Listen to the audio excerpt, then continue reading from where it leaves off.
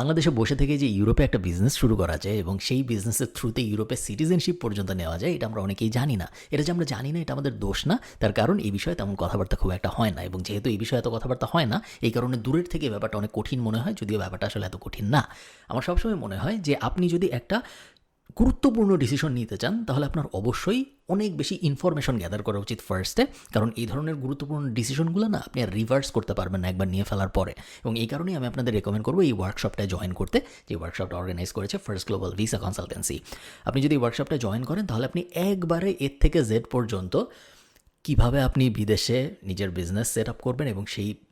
Business set আপের থ্রুতে citizenship পর্যন্ত যাবেন, কত টাকা লাগে, কে করতে পারে কে করতে পারে না, কার জন্য ভালো কার জন্য ভালো না, আপনার মাথার মধ্যে যাবতীয় যত প্রশ্ন আছে সব প্রশ্নের উত্তর আপনি এই ওয়ার্কশপটার ভিতরে পেয়ে যাবেন। এবং আমি হাইলি রেকমেন্ড করবো যাদের মনের মধ্যে এই ধরনের প্ল্যান আছে যে হ্যাঁ আমি বিদেশে সেটেল করতে চাই, আমি ইউরোপে সেটেল করতে চাই, বাট আমি স্টাডির পাথ দিয়ে যাব না, আমি আরেকটা ব্যাচেলর করবো না, আমি আরেকটা মাস্টার্স করবো না,